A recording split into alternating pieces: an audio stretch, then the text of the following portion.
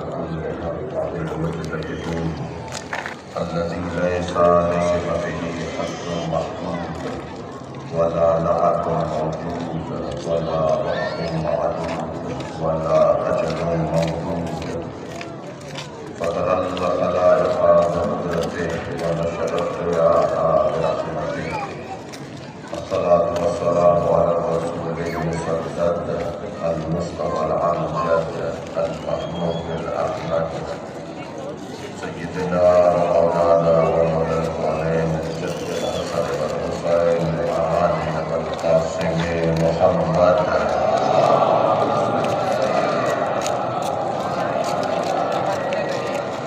وعلى الطيبين الطاهرين المعصومين الذين قال الله إنما يريد الله ليذهب عنكم الرجس أهل البيت ويطهركم تطهيرا.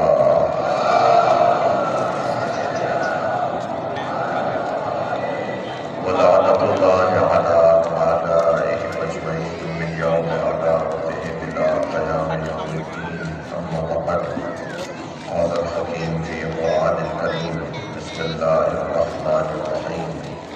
هو الذي أنزل عليك الكتاب منه آيات محكمات هن أم الكتاب وأخر متشابهات وأما الذين في قلوبهم زيغ فيتبعون ما تشابه منه ابتغاء الفتنة وابتغاء تأويله وما يعلم تأويله إلا الله والراسخون في العلم يقولون آمنا به سواء.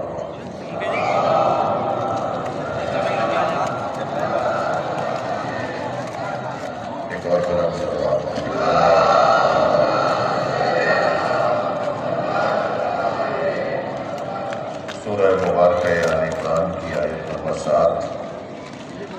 اللہ قرآن اور اہل بیت کا تعارف ہم سے کروا رہا ہے، ہمارا حاکم مجھے بنا رہا ہے.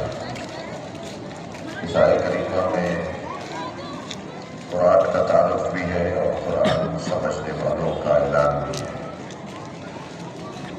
قرآن مجید اللہ کا کلام ہے. اسے وہی سمجھا سکتا ہے جس کے دنیا میں آنے سے پہلے اسے اس کتاب کی تعلیم دی جا چکی ہو. آیت کا ترجمہ سن لیجیے، پھر جو آج نکال کرنے کی کوشش کروں گا. هو الذی انزل علیک الکتاب، وہ اللہ جس نے اے حبیب آپ پر کتاب کو نازل کیا. منہ آیات محکمات، اس کتاب میں کچھ آیات محکمات ہیں. ہن ام الکتاب، وہی اصل کتاب ہے. اخر متشابہات، دوسری طرح کی آیات متشابہات ہیں. فاما الذین فی قلوبہم زیغ، جن کے دلوں پر زنگ لگ چکا ہے. فیتبعون ما تشابہ منہ، وہ محکمات کو چھوڑ کر متشابہات کی اتباع کرتے ہیں. ابتغاء الفتنہ، ان کا مقصد قرآن سمجھنا یا قرآن سے استفادہ نہیں ہوتا، بلکہ وہ قرآن کے ذریعے سے فتنہ پھیلانا چاہتے ہیں. ابتغاء الفتنہ و ابتغاء تعویلہ. اور کچھ لوگ وہ ہیں کہ جو اپنے پسند کا دین بنانا چاہتے ہیں. وہ دین قرآن سے ہی منسوب ہوگا، قرآن کی آیتوں پر ہی مشتمل ہوگا. وہ بھی قرآن پڑھ کے ہی سنائیں گے جو اپنا دین پیش کر رہے ہوں گے. اب یہاں تک کی آیت میں آپ کو تھوڑا سا رکھنا چاہوں گا کہ ہم کیسے طے کریں گے کہ کون سی آیات محکمات ہیں، کون سی آیات متشابہات ہیں. ہم کیسے فیصلہ کریں گے کہ جو قرآن پڑھ کر ہمیں بتا رہا ہے تو وہ صحیح بتا رہا ہے یا نہیں بتا رہا ہے. اس لیے کہ وہ بھی آیت پڑھ رہا ہوگا، وہ بھی قرآن پڑھ رہا ہوگا، وہ بھی قرآن سے ہی آیت سنا رہا ہوگا. ہم کیسے طے کریں گے کہ کون صحیح ہے اور کون صحیح نہیں ہے؟ اس کا پھر اللہ نے اس آیت کے اختتام پر حل پیش کیا. اور حل یہ ہے کہ وما یعلم تأویلہ الا اللہ، اور تعبیر قرآن کو کوئی نہیں جانتا سوائے اللہ کے. اچھا، اللہ تک، اللہ تو ہم سے سے بات نہیں کرتا، یعنی اللہ ہم پر وہی نازل نہیں کرتا، اللہ ہم سے ہم ڈائریکٹ نہیں ہے. تو یہ جو اللہ کہہ رہا ہے کہ وما یعلم تأویلہ الا اللہ، اور قرآن کی تفسیر، قرآن کے بارے میں قرآن کی جو تعبیر ہے وہ نہیں جانتا مگر الا اللہ، اللہ جانتا ہے. تو جو اللہ جانتا ہے کا اعلان ہے، اس میں ہمارے لیے ہم کیسے، اللہ تو ہم سے بات نہیں کر رہا، تو اللہ کے جاننے اور اللہ کے بارے میں جو ترجمانی جو اللہ کی کرے گا، جو اللہ کی طرف سے بات کرے گا، وہ سرکار کی طرف. لہٰذا فرمایا کہ وما آتاکم الرسول، مثلا اب یہ سوال ہے نا کہ اللہ جانتا ہے کہ قرآن کو، تو اللہ سے تو ہمارا رابطہ نہیں ہے، یعنی اللہ ہم سے بات نہیں کرتا. یہ کتنی روشن بات میں کر رہا ہوں. ہے کوئی جس سے اللہ بات کرتا ہو؟ اگر کوئی کہے کہ اللہ ہم سے بات کرتا ہے تو پھر وہ ذرا اپنا تعارف کرائے، ہم اس کا بھی کوئی ہاتھ بات چوم لیں اس کا. وہ جو بار بار کہتے ہیں ہمیں اللہ ہی کافی ہے، اللہ ہی کافی ہے، وہ جو بار بار کہہ رہے ہوتے ہیں ہمیں اللہ سے ہی ڈائریکٹ بات کرنی چاہیے، تو اللہ تو نبی کے ذریعے تم سے بات کرتا ہے، تو بہتر نہیں ہے تم بھی نبی کے ذریعے ہی اللہ سے بات کرو. بھائی اللہ جب نبی کے ذریعے ہم سے بات کرتا ہے تو یہ وسیلہ تو تم مانتے ہو، یہ وسیلہ کیوں نہیں مانتے کہ جب ہم اللہ سے بات کریں تو نبی کے ذریعے بات کریں؟ اللہ تو نبی کا مقام اور عظمت کو بیان کر رہا ہے، اس کے ذریعے ہم تک وحی نازل کرتا ہے. مسلمان زیادہ معتبر ہے، وہ کہتا ہے میرے لیے اللہ ہی کافی ہے، مجھے نبی کی ضرورت ہی نہیں. تو اگر وہاں کا پیغام، جملہ محسوس کریں گے، وہاں کا پیغام یہاں آنے میں نبی کا وسیلہ ضروری ہے، تو یہاں کی دعائیں وہاں جانے کے لیے نبی کے بغیر کیسے ممکن ہوگا؟ تب بھی تو ہمیں سلوات پڑھنے ذرا محمد وال.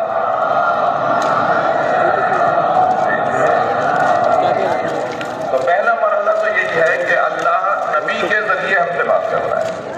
تو اس نے قرآن مجید میں یہ اعلان کیا وما آتاکم الرسول فخذوہ، میرا رسول جو تمہیں دے وہ لے لو. آمادہ ہے، بات بڑھ رہی آگے.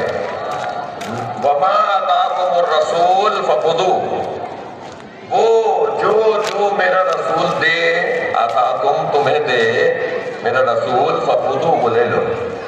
وما نہاکم عنہ فانتہوا، جس سے میرا رسول روکے اس سے رک جاؤ. تو اب کسوٹی اللہ کی طرف سے، اللہ جانتا ہے قرآن کیا ہے، اللہ کی طرف سے رسول جو بتائیں گے وہی بات ہے. ٹھیک ہے، یعنی رسول اللہ کو ہمیں دیکھنا ہے کہ اللہ کیا کہہ رہا ہے، اللہ کیا کہہ رہا ہے، پھر رسول اللہ سے سننا ہے. لہذا ہمیں آ کر اللہ سے نہیں بتائے گا، ہمارا مقام نہیں ہے، ہم اس قابل نہیں ہے، ہمیں نظام یہ نہیں ہے. قابل اگر ہو بھی جائے تو نظام یہ نہیں ہے، نظام یہی ہے کہ رسول بتائیں گے. تم کتنے ہی معتبر ہو جاؤ، کتنے ہی معتبر ہو جاؤ، توجہ جاؤ، تم کتنے ہی معتبر ہو جاؤ، پھر بھی اللہ تمہیں نبی کا محتاج دیکھنا چاہتا ہے. تو نبی بتائیں گے کہ اللہ کیا کہہ رہا ہے، کیسے نماز پڑھنی ہے، کیسے روزہ کھولنا ہے، کیسے گھریلو معاملات کو آگے لے کے چلنا ہے، کیسے سماجی معاملات، کیسے معاشی معاملات، کیسے مثال کے طور پر عبادی معاملات، ذاتی معاملات، کیسے زندگی کیسے گزاریں گے، فردی ہو یا اجتماعی ہو، عبادی ہو یا معاملات ہو، ہم کیسے اپنی زندگی گزاریں گے، جیسا میرا رسول بتا ہے، جو میرا رسول دے. ٹھیک ہے، تو رسول اللہ نماز بھی پڑھ کے دکھائیں گے، روزہ بھی پڑھ کے دکھائیں گے، سارے کام رسول اللہ کر کے دکھائیں گے. فرمائیں گے صلو کما رأیتمونی اصلی، نماز ایسے پڑھو جیسے مجھے پڑھتے ہوئے دیکھ رہے ہو. اچھا، نماز ایسے پڑھو جیسے مجھے پڑھتے ہوئے دیکھ رہے ہو. صلو کما اصلی نہیں کہا حضرت نے، صلو کما رأیتمونی اصلی، جیسے مجھے پڑھتے ہوئے دیکھ رہے ہو ایسے نماز پڑھو. یعنی نبی اللہ کی نماز بھی چاہتے ہیں اور اپنا دیدار بھی چاہتے ہیں. مجھے دیکھو بھائی، میں کیسے، میری ادائیں کیا ہیں، میرا طریقہ کیا ہے. اب رسول نے کیسے نماز پڑھی یہ کیسے طے کریں؟ دو مثالیں دوں گا، انتہائی جانتا ہوں مجموعہ ہے میرا. نبی نے کیسے نماز پڑھی دو مثالیں دوں گا. جب مولا علی نے چوتھے دور حکومت میں پہلی مرتبہ رسمی نماز جماعت پڑھائی، پہلی مرتبہ چوتھے دور حکومت میں علی مولا نے جب رسمی نماز جماعت پڑھائی تو نماز ختم کرنے پر صحابہ کرام آپس میں جمع ہونا شروع ہو گئے اور مولا علی کے سامنے آ کے کھڑے ہوئے اور کہنے لگے یا علی لقد ذکرتنی صلاۃ محمد، آج 25 سال بعد آپ نے نبی کی نماز یاد کروا دی۔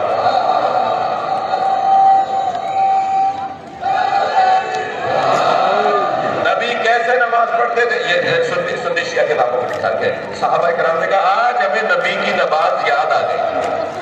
ایک مثال لے لی، دوسری مثال تو نبی کیسے نماز پڑھتے تھے؟ نبی نے فرمایا ایسے پڑھو جیسے مجھے پڑھتے ہوئے دیکھ رہے ہو، دکھوانا بھی چاہتے ہیں، دیکھنا بھی چاہتے ہیں، لوگ مجھے دیکھیں بھی۔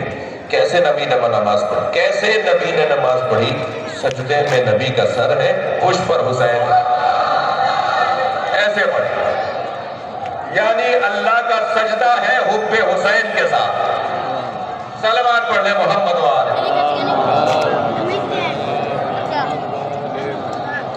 اللہ کا سجدہ ادا کرنا ہے محبت حسین کے ساتھ۔ وہ نماز اللہ کو قبول ہی نہیں ہے جس میں حب حسین نہ ہو، جس میں امام حسین کی محبت نہ ہو۔ اچھا میرے عزیز تشریف فرمائے، شخصیات تشریف فرمائے، بڑا حوصلہ ملتا ہے، اچھا لگتا ہے کہ جب سننے والوں کے سامنے بیان کیا جائے، توجہ سے سننے والوں کے سامنے بیان کرنے کا اور لطف آتا ہے۔ ایک دفعہ میرے بچے بیٹھ جاؤ، کہاں جاؤ گے؟ بیٹھو، ایک صلوات اور جانا چاہ رہا ہے، کوئی کام ہے کیا؟ اچھا بھائی کیوں سے رحمت ہے، بند کر دو نا بھائی، آپ کی وجہ سے یہاں پہ آنا ہے۔ ایک صلوات اور نبی کی طرف۔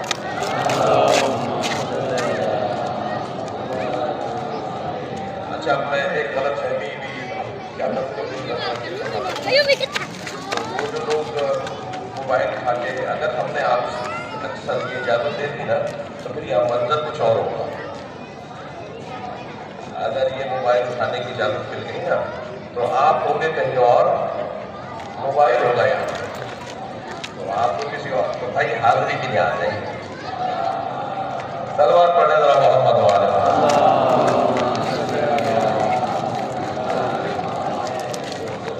آپ کو جنہیں سننا ہوگا وہ یہ ویڈیو چل رہی ہیں وہ سن لیں گے، آپ کم سے کم نہیں رہیے، بات آگے بڑھیں۔ ایک دفعہ اگر یہ واقعہ ہوا ہوتا نا کہ نبی سجدے میں ہیں اور امام حسین پشت پر آ گئے ہیں اور نبی سرکار نے امام حسین کی وجہ سے سجدے کو طول دیا، ذکر کو لمبا کیا، تو یہ ہو سکتا تھا کہ کوئی کہے کہ اس دن میں نہیں تھا۔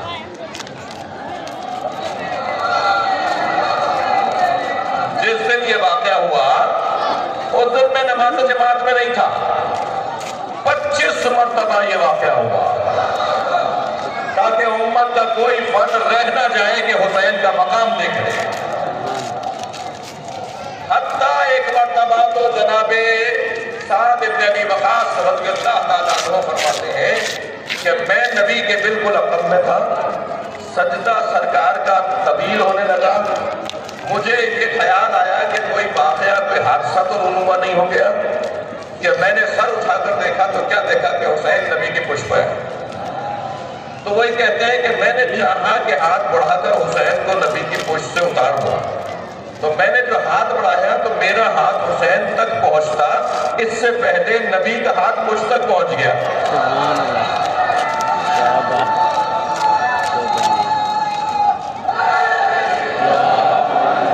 خبردار میرے حسین کو نہ اتارو، یہ جب اپنی مرضی سے اترے گا تب میرا سجدہ مکمل ہوگا۔ اگر آمادہ ہے تو جملہ ہدیہ کر رہا ہوں، مجھے اتنا بتایا جائے کہ حسین کی محبت میں سجدہ لمبا ہوتا ہے یا نمازیں چھٹتی ہیں؟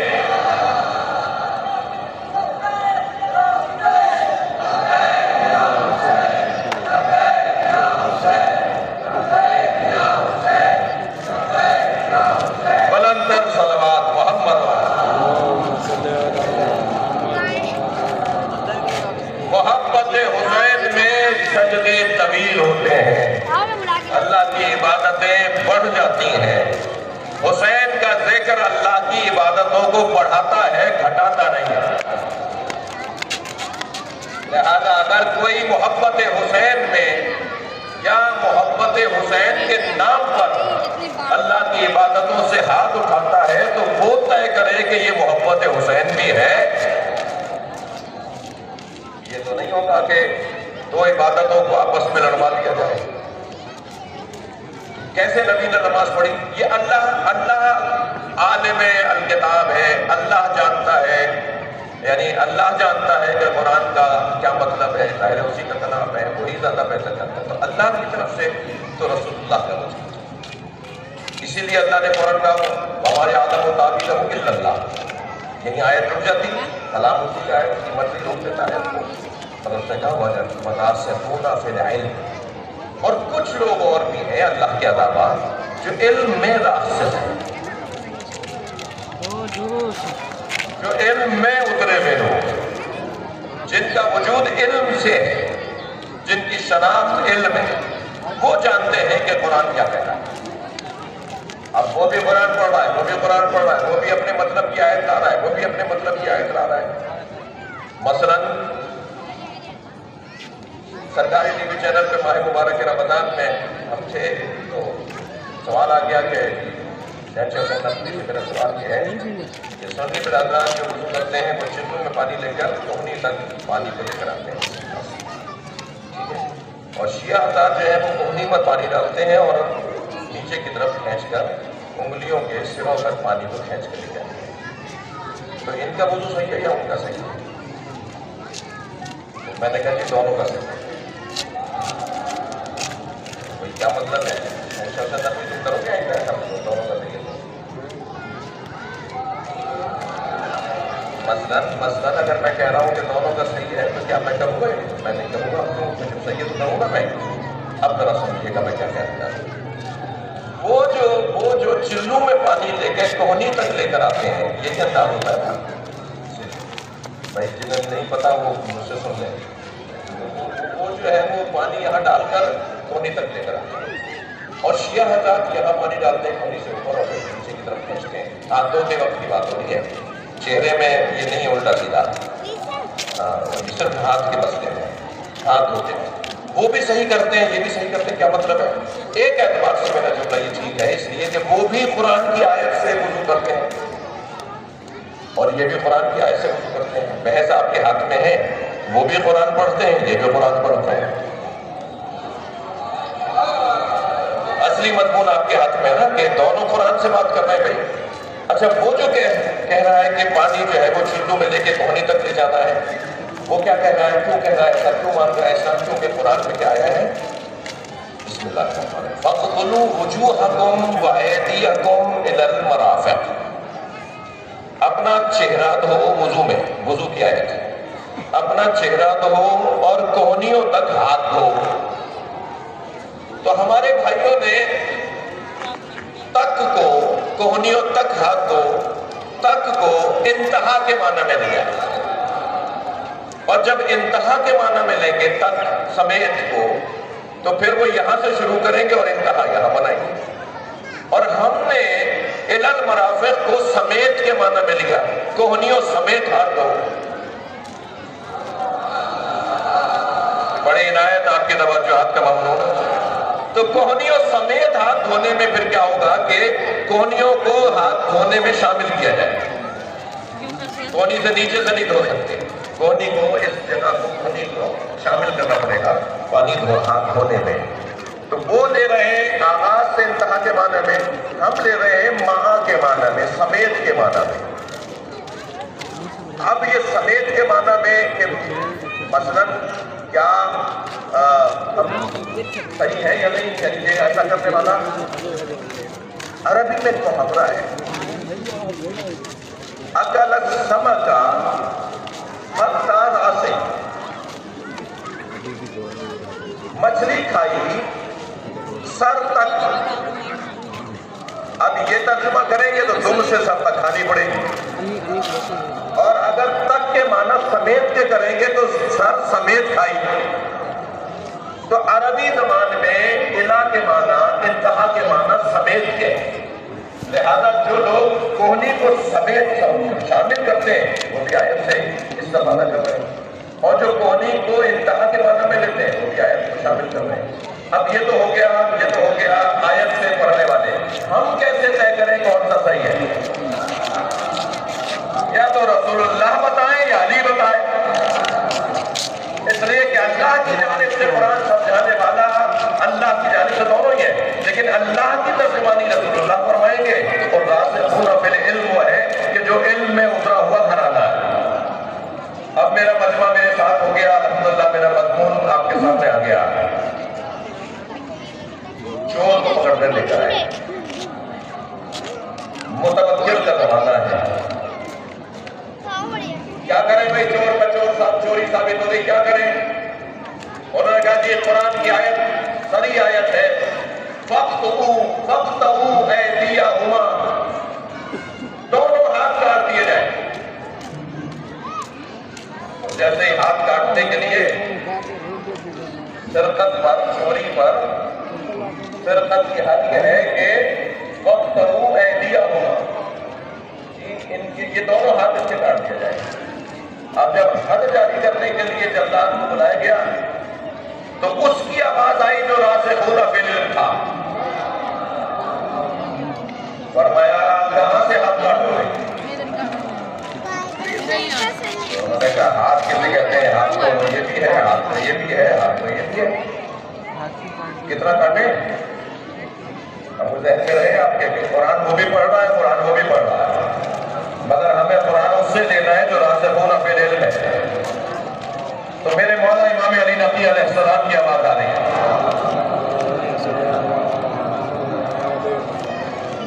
آپ کی توجہ آپ کے موضوعوں میں ہاتھ کاٹنے کے لیے آگے بڑھے تو امام نقی کی آواز آئی، میرے مولا کی آواز آئی، کہاں سے کاٹو گے؟ تو آپ نے یہ بحث ایک دم نہیں تھی کہ کہاں سے کاٹیں گے، کہیں سے بھی کاٹو۔ تو حضرت نے فرمایا فقہا کیا کہتے ہیں؟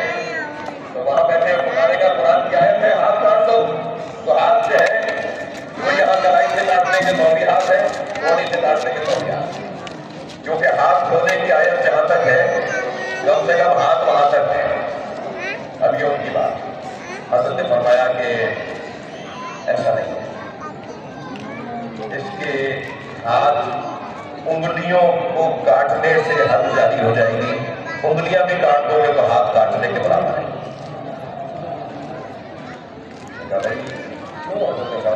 المساجد للہ، 7 اعضاء جو سجدے میں ہوتے ہیں وہ اللہ کے لیے ہیں، ہمیں ان میں کوئی اختیار نہیں۔ اگر تم اس کی ہتھیلی کاٹ دو گے تو یہ سجدے میں کیا کرے گا؟ اب دیکھیں قرآن سمجھانے والا وہی ہوگا جو راسخون فی العلم ہے۔ ابھی بحث شروع ہو رہی ہے، امام نقی سمجھانا چاہ رہے ہیں، سلوات پڑھیں تو میں مکمل کرتا ہوں۔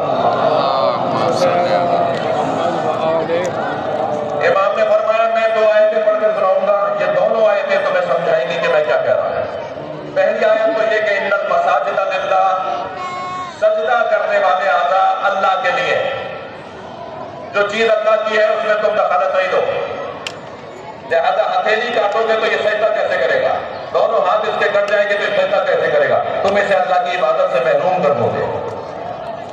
دوسری آیت حضرت نے فرمایا کیا قرآن مجید میں آیت نہیں ہے یکتبون بأیدیہم، یہ لوگ اپنے ہاتھوں سے لکھتے ہیں، تو بتائیے انگلیوں سے لکھتے ہیں یا کوہنیوں سے لکھتے ہیں؟ بس جس چیز سے قلم چلتا ہے اسی چیز کو چوری کے موقع پہ کاٹا جائے گا۔ حضرت نے 2 آیتوں کے ذریعے سے حد کو معین کیا کہ قرآن کہہ رہا ہے کہ ہاتھ کاٹو چور کے، اور ہاتھ سے مراد یہاں انگلیاں، اس لیے کہ انگلیوں کے سے لکھنے کا بھی قرآن کے حکم ہے، انگلیوں سے لکھتا ہے انسان، اور اللہ کے سجدہ گاہوں کو اور سجدہ کرنے والے اعضاء کو کاٹنے کا کوئی اجازت نہیں۔ اچھا اگر آپ کی توجہات میرے ساتھ ہے تو میں اسی منظر کو کچھ دیر تھوڑا سا آپ کے ساتھ رہنا چاہتا ہوں۔ متوکل بیمار پڑ گیا، یہی میرے معصوم امام کی سمجھ میں بات ہے، اس کی ماں نے منت مانی کہ اگر میرا بیٹا ٹھیک ہو گیا تو میں کثیر صدقہ اللہ کی راہ میں ٹھیک ہو گیا. کہنے لگی کہ میں کچھ لینا چاہتی ہوں صدقہ, کثیر صدقہ. تو کثیر لینا چاہتی ہوں, کتنا دے دوں؟ تو وہ جو درباری ملا تھے ان سے پوچھا, انہوں نے ایک نے کہا جی 30 جانور دے دیجیے. تو برابر میں بیٹھے ہوئے کہتے ہیں مجھے آپ کیا کہتے ہیں, مجھے سمجھا کہ میں زیادہ بتاؤں گا تو یہ زیادہ خوش ہوگی. انہوں نے کہا 40 دے دیجیے. تو کہا اچھا وہاں 30 اب 40 آپ بتا دیجیے. 50 دے دیجیے. اچھا یہ تو سمجھتے تھے کہ ہم پڑھائیں گے تو ہماری کوئی تعریف ہوگی, اپنی مشکل میں آئیں گے.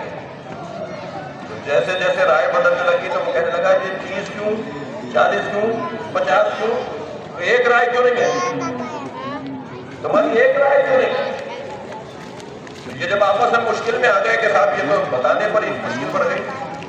تو جب بھی کبھی امت کو پریشانی آئی ہے تو اپنی جان خلوصی کے لیے ہی صحیح اہل بیت یاد آئے. تو کہنے لگے وہ جو نسل امام علی نقی ہے وہ بتائیں گے. تو میرے مولا علی نقی سے جب پوچھا گیا تو امام نے فرمایا 80 جانور, 80 عدد, کوئی بھی چیز 80 عدد کی اللہ کی راہ میں دینے سے نظر پوری ہو جائے گی. 80 کا عنوان کثیر کے اوپر ہے. کثیر دینے کی نیت کی تھی, مطلب ہماری تھی.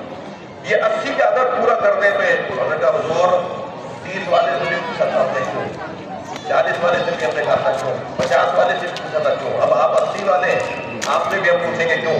تو دیکھو میں تمہارا حق ہے کہ پوچھوں, جواب دینا تو میرا کام ہے. حضرت فرمایا تم نے قرآن میں نہیں پڑھا کہ اللہ نے اپنے نبی سے کہا لقد نصرکم اللہ فی مواطن کثیرہ, اے مصطفیٰ ہم نے تمہیں کثیر موقعوں پر نصرت دی ہے. اللہ نے اپنے نبی کو 80 جنگوں میں نصرت دی ہے. صلوات پڑھنے محمد و آل محمد.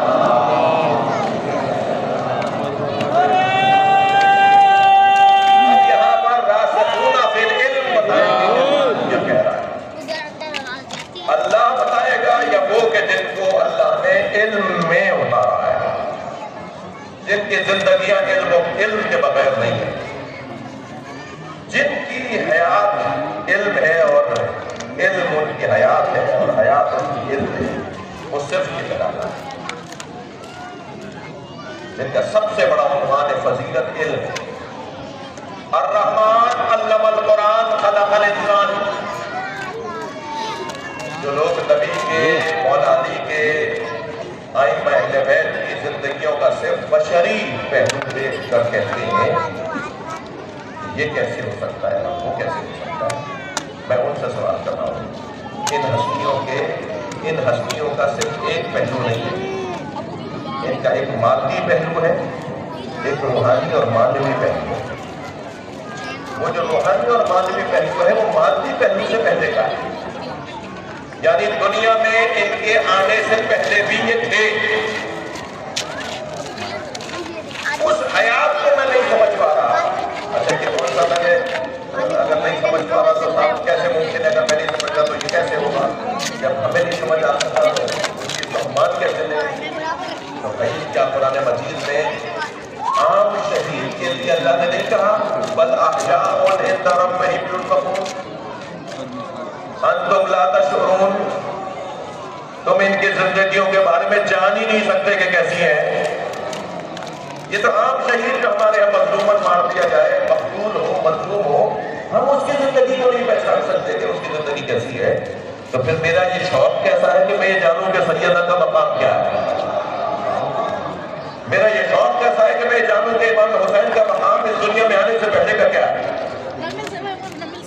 یہ ممکن ہے, یہ ممکن ہے. ہم جیسے شہید مطلب شہید علامہ عارف مطلب شہید کس سے جاتا ہے, مثلا یہ جو شہداء یہ معصوم تو نہیں ہے. ان شہیدوں کے لیے اللہ قرآن میں کہہ رہا ہے ہم اللہ مشہور کو ان کی زندگیوں کے بارے میں نہیں جان سکتے کہ کیسی زندگی ہے. تو جب ہم جیسے لوگ اگر صرف اللہ کی خاطر جانتے ہیں, اگرچہ صرف نہیں ہے, وہ بہت بڑا ہنر ہے ان کا, شہادت پانا بہت بڑا ہنر ہے, مگر معصوم تو نہیں ہے نا. ہم ان کی زندگیوں کو نہیں سمجھ سکتے، تو پھر یہ کیسے آرزو ہے کہ میں یہ جانوں کہ مولا علی کی زندگی دنیا میں آنے سے پہلے کی کیسے ہے، مولا حسین کی دنیا میں آنے سے پہلے کی زندگی کیسے ہے؟ بھائی اگر آپ کی سماعتیں میرے ساتھ ہیں، جب مولا حسین دنیا میں آئے ہیں اور 70,000 فرشتوں کا قافلہ جبریل امین لے کر زمین پر آئے ہیں نبی کو مبارکباد دینے، اور ان فرشتوں میں بطرس ہے، سرطائل ہے اور سلسائل ہے، 3 فرشتے ہیں جو کسی وجہ سے بالوں پر جلے 6,000 سال سے ایک کونے میں بیٹھے انتظار کر رہے تھے کہ کب حسین دنیا میں جائے، کب حسین دنیا میں جائے اور ہمیں موقع ملے کہ شفا ہم جا کے لے لو۔ اور ان فرشتوں کے ساتھ وہ 3 فرشتے جب زمین پر آئے ہیں، توجہ چاہوں گا، اور نبی کی خدمت میں آ کر کہا کہ ہمیں اللہ نے موقع دیا ہے کہ ہم آپ کی خدمت میں آ کے آپ کو مبارکباد دیں اور آج اس برکت کی وجہ سے ہمیں شفا مل جائے، تو نبی چاہتے تو فرما دیتے کہ میں نے تمہیں شفا دی،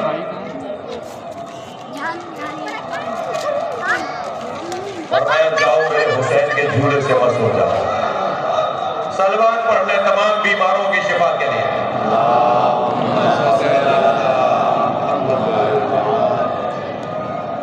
اور وہ فرشتہ جا کر یہ 3 فرشتے خاص طور پہ بطرس یہ امام حسین کے جھولے سے مس ہوا، اور جیسے ہی مس ہونا تھا کہ بالوں پر بحال ہونا تھا، توجہ ہے نا اللہ کی، جھولا تھا حسین نہیں تھے، وہ امام حسین کا بدن نہیں، وہ لکڑیوں کا جھولا تھا جس میں حسین لیٹے تھے، یعنی اگر حسین مولا کے بدن کی وجہ سے لکڑیاں شفا دے سکتی ہیں تو آج حسین کی جالی شفا نہیں دے سکتے۔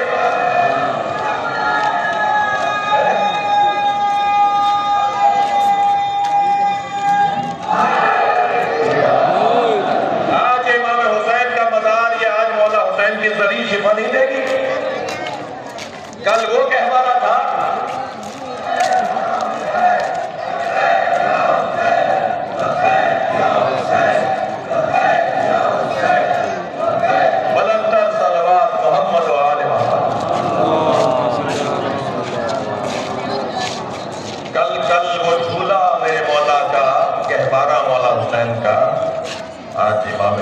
غریب مولا کا گہوارہ ہے، اس میں بھی حضرت آرام فرما رہے تھے، اس میں بھی حضرت آرام فرما رہے ہیں، تو جب بطرس مس ہوا نا تو بات پر بنا رہے تھے، اور یہ کہتا ہوا بڑا بطرس مم مثلی کون ہے مجھ جیسا،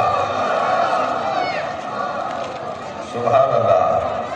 اور پھر نبی سے کہا یا رسول اللہ حکم فرمائے کہ میں آپ کی کیا خدمت کروں، تو حضرت نے فرمایا میں تمہیں ایک کام سونپ رہا ہوں، بھائی جملہ سنیے گا، سرکار نے فرمایا بطرس میں تمہیں ایک کام سونپ رہا ہوں، قیامت تک دنیا کے کسی کونے سے اگر کوئی کربلا کی طرف رخ کر کے کہے، میرے حسین کی طرف رخ کر کے کہے السلام علیکہ یا ابا عبداللہ، تم اس کا سلام حسین تک پہنچاؤ گے۔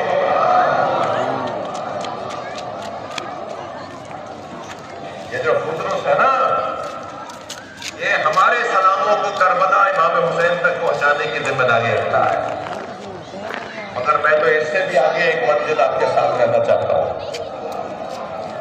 ابھی فرشتے لوٹ رہے تھے، توجہ چاہوں گا، ابھی فرشتے زمین سے آسمانوں کی طرف لوٹ رہے تھے کہ ایک مرتبہ سیدہ کی آواز آئی، بابا اے نا حسین، میرا حسین کے بارے میں نہیں ہے،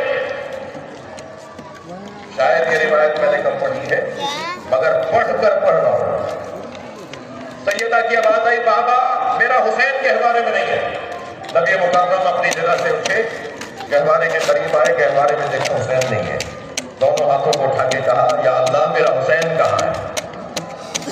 وحی نازل ہوئی ہے میرے مصطفیٰ، عرش پر رہ جانے والے فرشتے دیکھنا چاہتے ہیں زمین والا حسین کیسا ہے۔ صلوات پڑھیں محمد و آل محمد۔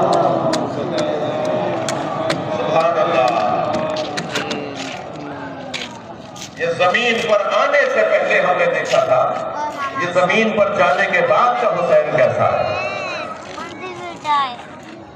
ان کی زندگیاں دو طرح کی زندگیاں ہیں. ایک روحانی معنوی نورانی پہلو ہے اور ایک مادی اور بشری پہلو ہے. خبردار وہ معرفت سے خالی ہے شخص کہ جو صرف انہیں بشری پہلو میں تلاش کرتا ہے. جو انہیں صرف بشری پہلو میں تلاش کرے وہ معرفت سے خالی ہے. کیا کہہ رہا ہے یہ اللہ سورہ مبارکہ کی آواز الرحمن علم القرآن خلق الانسان. رحمان کے جس نے قرآن کی تعلیم دی ہے اور انسان کو خلق کیا. تعلیم پہلے ہے پھر خلق ہے انسان. اللہ کہہ رہا ہے رحمان جس نے تعلیم قرآن پہلے دی ہے پھر انسان کو خلق کیا ہے. یعنی خلق ہونے سے پہلے جو پڑھے لکھے ہو. اب تو دنیا میں آنے کے بعد وہ بھی ہماری کیا پڑھائی وہ ہمیں خود پتا ہے. دنیا ہمیں ڈاکٹر کہتے پی ایچ ڈی کہتے کچھ بھی کہتے دانشور کہتے پروفیسر کہتے علامہ کہتے مگر ہمیں اپنے علم کا تو خود احساس ہوتا ہے. اس لیے کہ یہ عجیب رنگ ہے عجیب حسن ہے جو جتنا بڑا پڑھا لکھا ہوتا چلا جاتا ہے اتنا ہی اسے اپنی جہالت کا احساس بڑھتا چلا جاتا ہے. جتنے بڑے دانشور ہوتے ہیں نا واقعی دانشوروں کی بات کر رہے ہیں اتنا ہی انہیں احساس ہوتا ہے کہ ہم کچھ نہیں جانتے. یہ واحد گھرانہ ہے جو یہ دعویٰ کرے کہ ہم جانتے ہیں. کوئی ایسا مسئلہ نہیں ہے دنیا میں جس کا حل انہوں نے نہ بتایا. میرا موضوع اس وقت علم اہل بیت اور علم غیب اہل بیت نہیں ہے لیکن اتنا طے ہے کہ اللہ نے جنہیں راسخون حاصل علم کرا جن کی ذات علم ہے.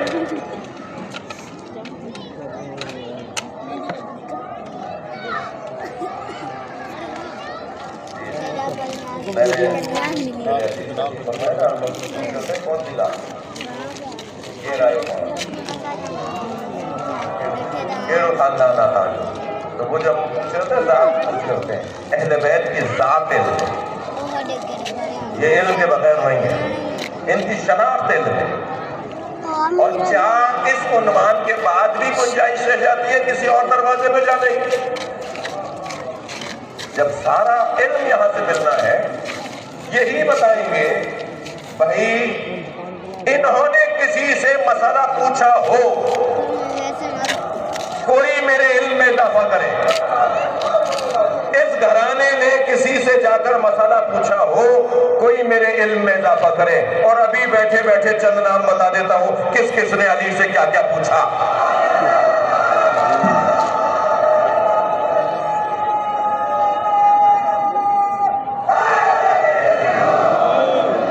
یہ ساری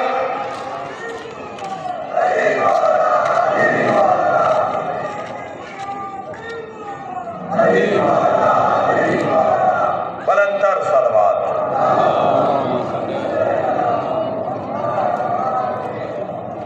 یہی کچھ کیفیت اس گھر کے بزرگ کی بھی ہے. یہی کچھ کیفیت اس گھر کے بچے کی. یہاں کی بیویاں بھی کمال علم پر فائز. فضائل پڑھنا چاہ رہا ہوں 5 منٹ اور. تھکنے کا اظہار مت کیجیے گا. یہاں کا علی بھی علی ہے یہاں کی سیدہ بھی علی ہے. مولا فرماتے ہیں یا رسول اللہ. مولا نبی کی خدمت میں مولا علی آگے کہتے ہیں یا رسول اللہ میں گھر میں داخل ہوا تو علی مولا فرماتے ہیں میں گھر میں داخل ہوا تو سیدہ کی مجھے آواز آئی تعال الیہ قریب آئیے قریب آئیے. میں قریب جو گیا تو فرمایا یا علی انی عالمۃ ما کان وما یکون. جو ماضی میں گزر گیا وہ میں سب جانتی ہوں. بظاہر اتنا سا جملہ ہے مگر سیدہ کی عظمت کا ایک مکمل باب ہے. انی عالمۃ ما کان جو کچھ ماضی میں گزرا ہے سب جانتی ہوں. وما یکون اور جو قیامت تک آئے گا میں جانتی ہوں. مولا فرماتے یا رسول اللہ، یہاں تک بھی اگر سیدہ نے کہا ہوتا تو میں آپ کی خدمت میں ایسے نہ آتا۔ سیدہ نے یہ دو جملے کہہ کر فرمایا، انی عالم عالمۃ ما کان وما یکن وما لم یکن، اور جو نہیں ہوگا وہ بھی جانتے ہو۔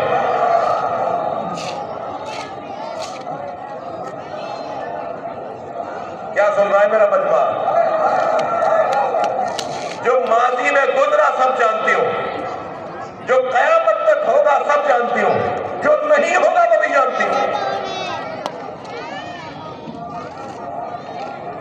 سرکار مسکرائے اور فرمایا، میری فاطمہ لوح محفوظ کو پڑھتی ہے، میری سیدہ تقدیروں کو جانتی ہے۔ کیا ہونا تھا اب نہیں ہوگا، کیا نہیں ہونا تھا اب ہوگا، یہ میری فاطمہ جانتی ہے۔ میری اور آپ کی زندگیوں میں بہت ساری چیزیں ہونی تھی جو نہیں ہوں گی، ہمیں نہیں پتا۔ بہت ساری چیزیں نہیں ہونی تھی، ہوں گی، ہمیں نہیں پتا۔ اسے کہتے ہیں تقدیر۔ ہم اپنی تقدیر بدلتے ہیں، ہمیں نہیں پتا کہ ہم نے کیا بدلوا لیا، مگر سیدہ ہمارے بارے میں جانتی ہے کہ ہم نے کیا بدلوا لیا ہے۔ جو نہیں ہوگا وہ بھی میں جانتی ہوں۔ یہ تو ہے جناب زہرا کی عظمت کی بات۔ 3 سال کا سن ہے امام حسن کا، نبی کی آغوش میں تشریف فرما ہے۔ بھائی روزانہ اتنی لمبی تقریر نہیں کرتا ہوں میں، آج آپ برداشت فرمائیے مجھے۔ 3 سال کا سن ہے میرے مولا امام حسن مصطفیٰ کا، سرکار کی آغوش میں تشریف فرما ہے۔ نبی ایک آیت کی تفسیر بیان کر رہے ہیں اور امام حسن آسمانوں کی طرف دیکھ رہے ہیں۔ تو ایک صحابی محترم کی آواز آئی، ہے حسن مصطفیٰ اپنے نانا کی بات سنو۔ تو نبی کو اتنا ٹوکنا بھی پسند نہیں آیا، فوراً اس صحابی کو آواز دے کر کہا، میرا بیٹا اللہ اکبر، یطالع لوح المحفوظ، لوح محفوظ کا مطالعہ کر رہا تھا۔ سبحان اللہ۔ علامہ طالب جوہری مجھے یہاں یاد آ رہے ہیں، میں نے ان سے جب اس حدیث کو سنا، انہوں نے بھی یہ والی بات بیان کی اپنے ممبر پر، تو انہوں نے کہا کہ سب تو ایک بات کرتے ہیں کہ یطالع لوح المحفوظ، یہ حدیث میں آیا ہے کہ امام حسن اور لوح محفوظ کا مطالعہ کرتے تھے۔ وہ فرماتے ہیں میں نے یطالع کے علاوہ بھی ایک عبارت پڑھی، مرحوم کی بات کر رہا ہوں، علامہ طالب جوہری کی۔ وہ فرماتے ہیں کہ میں نے یطالع کی جگہ یلاحظ پڑھا ہے۔ یطالع اور ہے، یلاحظ اور ہے۔ کیا فرق ہے یطالع اور یلاحظ میں؟ تھوڑا سا سہارا دیجیے گا مجھے۔ میں کتاب اپنی لکھوں اور اپنے بھائی مثال کے طور پہ مطالبی صاحب سے کہوں کہ ذرا اس کا مطالعہ کر لیجیے گا، تو اس کا ایک علیحدہ مطلب ہے کہ جو میں نے جو لکھا ہے ذرا دیکھیے گا، شاید آپ کے لیے کوئی نئی بات ہو، یہ مطلب ہوگا اس کا۔ اور ایک مرتبہ میں کہوں کہ میں نے یہ کتاب لکھی ہے، اس کو ذرا ملاحظہ کیجیے۔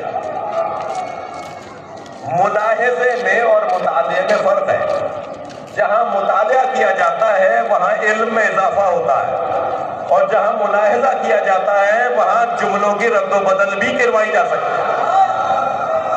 میرا حسن لوح محفوظ کا ملاحظہ کر رہا ہے، یعنی وہ چاہے تو تمہاری تقدیریں بدل سکتا ہے۔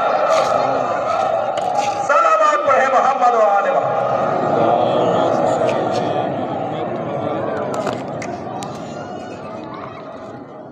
یہ سارے فقیر، ہم سب فقیر بیٹھے ہیں۔ اللہ ہمیں احساس دلائے کہ ہم فقیر ہیں، اللہ ہمیں فقیر ہونے کا احساس عطا فرمائے۔ سب منگتے ہیں حسین کے دروازے کے، چھوڑ دیجیے نا ان لوگوں کو کہ جو لوگ سطحی نگاہوں سے دیکھتے ہیں، جو معرفت کی کمزوریوں کا شکار ہے۔ جو آ گیا ہے وہ تو آ گیا نا، چھوڑ دیجیے، ہم اپنی بات کر رہے ہیں، ہم خود کچھ بہتری اپنے اندر لانا چاہتے ہیں۔ ہم سب امام حسین کے دروازے میں فقیر ہیں۔ میں ایک معمولی سا موضوع چاہتا ہوں، ذاکر ہوں، خطیب ہوں۔ ایک نام آپ نے سنا ہے، آیت اللہ مرتضی متحری، استاد موجودہ ہوتا ہے شہید، انہوں نے کسی دل آزاری کی وجہ سے مجلسیں پڑھنا چھوڑ دی، 3 سال تک انہوں نے مجلسیں نہیں پڑھی۔ تو ایک دن آیت اللہ برجردی جو اس وقت میں مرز علی الاطلاق تھے، محمد حسین برجردی آیت اللہ حکیم سے پہلے، آیت اللہ خوئی سے پہلے، ان کی خدمت میں گئے تو بیٹھتے کے ساتھ ہی انہوں نے یہ پوچھے بغیر کہ تم مجلس پڑھ رہے ہو نہیں پڑھ رہے، تم کیا سوچ رہے ہو، بیٹھتے کے ساتھ ہی کہا کہ اگر قیامت میں مجھ سے اللہ نے پوچھا کہ درس خارج فقاہتی درس جو تم علماء کو پڑھاتے تھے ان کا ثواب دینا چاہتے ہو یا حسین کی مجلس کا، تو میں ترجیح دوں گا کہ اللہ کی بارگاہ میں کہوں کہ مجھے حسین کا ذاکر قرار دے۔ حسین کے ذاکر کا مقام بہت بلند ہے۔ فرمایا کہ میں اپنے جو میں نے شاگردوں کو پڑھایا ہے، جو میں نے علم دیا ہے لوگوں کو، وہ سارا دینے کو تیار ہوں حسین مولا کی ایک مجلس کے ثواب کے بدلے میں۔ کوئی معمولی جگہ نہیں ہے جہاں میں اور آپ اس وقت بیٹھے ہیں، اور عجیب بات یہ ہے کہ آج 5 محرم ہے، اور 5 محرم کو ہم علی کے نواسوں کا ماتم کرتے ہیں۔ مجلس میں بزرگ لوگ بھی بیٹھے ہیں، وہ لوگ بھی بیٹھے ہیں جو نانا اور نواسوں کا رشتہ رکھتے ہیں۔ جتنا پیار پوتوں سے ہوتا ہے نا، اس سے کم پیار نواسوں سے نہیں ہوتا، بلکہ ہمارے پاس تو مثال ہی بڑی عجیب ہے۔ نبی مکرم کی جو محبتوں کا رشتہ ہے وہ نواسوں کے ساتھ ہے۔ عزیزوں، کچھ دیر میں آپ سے سہارا چاہوں گا۔ علی کی مولا کی اولاد میں حسن و حسین کا مقام تو سب پہ روشن ہونا چاہیے، مگر جناب زینب کی جو تکریم ہے، تعظیم ہے، مقام ہے، جو بی بی کی کیفیت ہے، وہ امام حسین سے کم نہیں ہے۔ جو شریکت الحسین قرار پائے، جو نائبت الزہرا قرار پائے، جو ثانیہ زہرا کہلائے، جتنا پیار نبی کو حسین سے ہے نا، اس سے کم پیار نہیں ہے جناب زینب سے۔ ایسے ہی پیار ہے اپنی نواسی سے جیسے نواسوں سے پیار ہے۔ اس بی بی کی زندگی بڑی عجیب ہے۔ بی بی کے القاب میں ایک لقب ہے کعبۃ الذرائع، مصیبتوں کا کعبہ۔ کبھی اس لقب پر غور کریں تو رونگٹے کھڑے ہو جاتے ہیں۔ کعبہ کہتے ہیں جس کے گرد طواف کیا جائے نا، کعبہ حاجیوں کا کعبہ ہوتا ہے نا، جناب زینب مصیبتوں کا کعبہ ہے، یعنی جس کے گرد مصیبتیں چکر کاٹتی ہیں۔ نبی مکرم کے رحلت کے موقع پر، آپ کے وصال کے موقع پر جناب زہرا نے وہ منظر دیکھا۔ وہاں اس مصیبت میں بی بی زہرا موجود تھی، مگر جناب زہرا کی مصیبت کے موقع پہ نبی نہیں تھے۔ جناب ام المومنین کے سر پہ جب ضربت لگی تو جناب زہرا نے وہ مصیبت نہیں دیکھی۔ ایسا ہی ہے، امام حسن کے جنازے پہ تیر لگے، یہ مولا علی نے نہیں دیکھا۔ امام حسین کے بدن پہ گھوڑے دوڑے، یہ امام حسن نے منظر نہیں دیکھا، مگر سلام ہو ثانیہ زہرا جناب زینب پر۔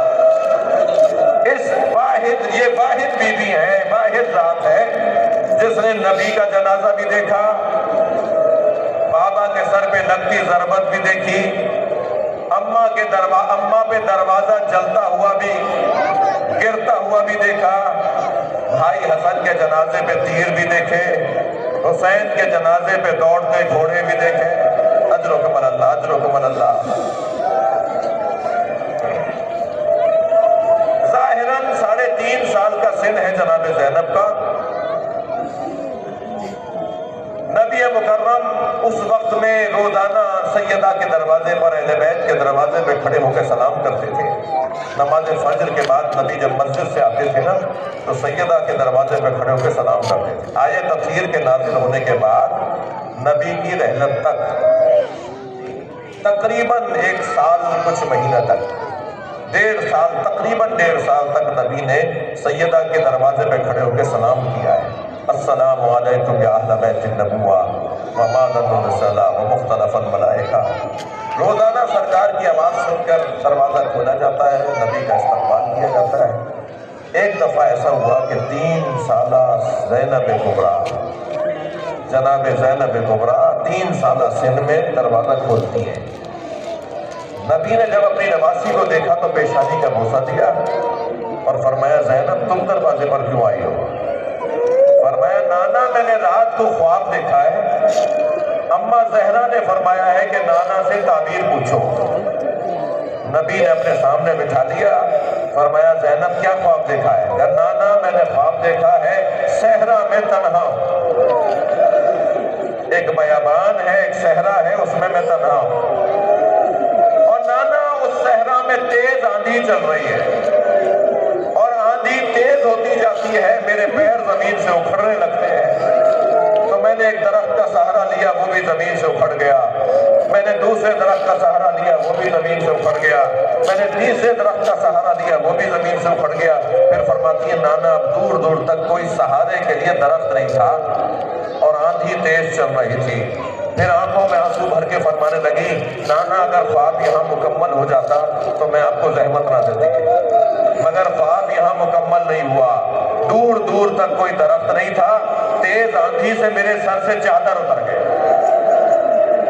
نانا اس بات کی تعبیر کیا ہے؟ نبی کی آنکھوں میں آنسو آ گئے، فرمایا زینب تمہارے اجر و کمال اللہ، اجر و کمال اللہ، اجر و کمال اللہ، مجھے جلدی نہیں ہے، رونے کی تاریخیں ہیں، محرم کا عشرہ ہے، اللہ آپ کو کوئی غم نہ دے سوائے غم اہل بیت میں۔ نبی کی آنکھوں میں آنسو ہیں، فرمایا زینب تمہارے 3 سہارے ہیں، تمہارا بابا علی، تمہارا بھائی حسن، تمہارا بھائی حسین، ایک ایسا بیابان بھی ہوگا جہاں تمہارے سارے سہارے چھن جائیں گے، تمہارا کوئی مددگار نہیں ہوگا اور تمہارے سر سے چادر اتر جائے گی۔ میں اتنے بڑے مجمع سے جو اندر بیٹھے ہیں، جو باہر بیٹھے ہیں، جو میری بہنیں بیٹھی ہوئی ہیں، ان سے سوال کروں جناب زینب سوچتی ہوں گی نا جس کے علی اکبر جیسا بھتیجا ہو، اجر و کمال اللہ، اجر و کمال اللہ، جس کے عباس جیسا بھائی ہو، کون اس کے سر سے چادر اتارے گا؟ لیکن کربلا کا میدان ہے اور زینب کبریٰ بے ندا ہے، اجر و کمال اللہ، اجر و کمال اللہ، اجر و کمال اللہ۔ تسلی کر کے روئیں گے۔ میں 2 منزلیں اور لینا چاہتا ہوں۔ جب جناب زہرا کی شہادت ہو گئی، بی بی زخمی ہو گئی، بی بی کی شہادت قریب آئی، بی بی دنیا سے جا رہی ہیں، رخصت لے رہی ہیں، وصیتیں فرمائی شہادت سے پہلے جناب زہرا نے، مولا علی کو علیحدہ بلا کے وصیت فرمائی، امام حسن کو علیحدہ بلا کے وصیتیں فرمائی، امام حسین کو علیحدہ بلا کے وصیتیں فرمائی، پھر گھر میں کچھ بیویاں تھیں ان سے علیحدہ وصیتیں فرمائی، سب سے آخر میں مولا علی سے فرمایا علی میرے حجرے میں اب زینب کو دے، جناب زینب کو سب سے آخر میں بلوایا۔ اس وقت جناب زینب کی عمر 4 سال کچھ مہینے، جناب زہرا نے جناب زینب کو حجرے میں بلایا، 4 سالہ بچی ہے، فرمایا زینب وہ سامنے صندوقچہ رکھا ہے اٹھا کے لاؤ، بی بی صندوق سے اٹھا کے لائی، فرمایا اسے کھولو اس میں کیا نظر آ رہا ہے۔ جب صندوقچہ کھولا تو اس میں کفن رکھے، فرمایا زینب جبریل جنت سے 5 پنجتن کے کفن لائے تھے اور ہر کفن کے ساتھ حنوط بھی لے کر آئے تھے، ایک کفن تمہارے بابا نے میرے بابا نبی کو دے دیا، یہ باقی کفن ہے پنجتن کے کفن ہیں، ایک ایک مجھے دکھاتی رہو تو میں بتاتی رہوں کون سا کس کا ہے۔ سخت جملے ہیں جو میں کہنے جا رہا ہوں۔ ایک کفن دکھایا، فرمایا زینب انہی دنوں میں تمہارے بابا علی تم سے آ کے کہیں گے بیٹا زینب اماں زہرا کا کفن دے دو، تو یہ میرا کفن ہے جو جنت سے آیا ہے، دوسرا کفن دیکھا، فرمایا زینب کچھ مدت کے بعد تمہارا بھائی حسن تم سے آگے کہے گا بہن زینب بابا علی کا کفن لا دو، تو یہ تمہارے بابا علی کا کفن ہے جو جنت سے آیا ہے۔ پھر ایک اور کفن دیکھ کر فرمایا کچھ مدت کے بعد تمہارا بھائی حسین تم سے آگے کہے گا بہن زینب بھائی حسن کا کفن لے آؤ، تو یہ تمہارے بھائی حسن کا کفن ہے۔ اب آخری کفن رہ گیا، سیدہ نے اسے دیکھا، روئی، رونے کے بعد فرمایا یہ بھی حسن کا ہے، فرمایا یہ آخری کفن بھی حسن کا ہے۔ تو جناب زینب کمسن تھی نا، تو کمسنی کے حالت میں فرمان لگی اماں بھائی حسین کا کفن کہاں؟ تو زہرا نے اپنے سر پہ ہاتھ مارا، اے زینب حسین کا کفن جنت سے نہیں آیا، میرے بچے کا کفن جنت سے نہیں آیا، میرا حسین بغیر کفن کے دفنایا جائے۔ اجرکم اللہ۔ مجلس ہو گئی عزیزانو، مجلس ہو گئی، اس سے زیادہ گریہ کیا کر سکیں گے؟ مگر میری خواہش ہے کہ ایک جملہ اور سن لیں۔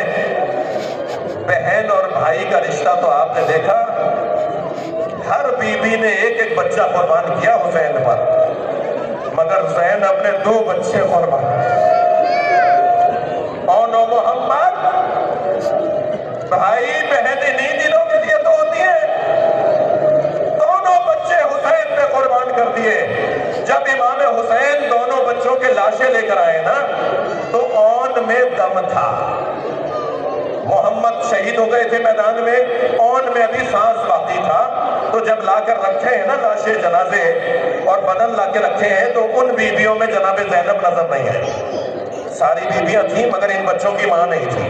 تو امام نے تعجب سے کہا بہن زینب کہاں ہے؟ تو کہا وہ اپنے خیمے میں حالت سجدہ میں ہے، میری بیوی نے سجدے میں سر رکھا ہوا تھا اور اللہ کا شکر ادا کر رہی تھی۔ جیسے ہی سجدہ مکمل ہوا تو آواز آئی حسین بلا رہے ہیں۔ جب وہاں گئی تو کیا دیکھا؟ دونوں بچوں کے بدن رکھے ہوئے ہیں۔ امام نے آتے ہوئے دیکھا تو فرمایا زینب ابھی اون میں دم ہے، ہر کچھ دیر کے بعد آنکھیں کھولتا ہے اور بس ایک ہی سوال کرتا ہے میری ماں کہاں ہے، میری ماں زینب کہاں ہے؟ پڑھو آ کے بچے کو گود میں لو۔ جناب زینب نے اجرکم اللہ، آخری جملے ہیں، جناب زینب نے اون کا سر اپنی آغوش میں لیا، بچے کو احساس ہوا کہ ماں نے گود میں لیا ہے۔ جناب اون نے آنکھیں کھولی تو جناب زینب کی گود میں تھے، تو ننھے ہاتھ جوڑ کر کہا حل وفیت امی، اماں کیا ہم نے وفاداری کا حق ادا کر دیا؟ اماں آپ ہم سے راضی ہو گئی؟ جب مدینے جائیے گا بابا کو سلام کہیے گا بچوں نے وفاداری کا حق ادا کر دیا۔ اللہ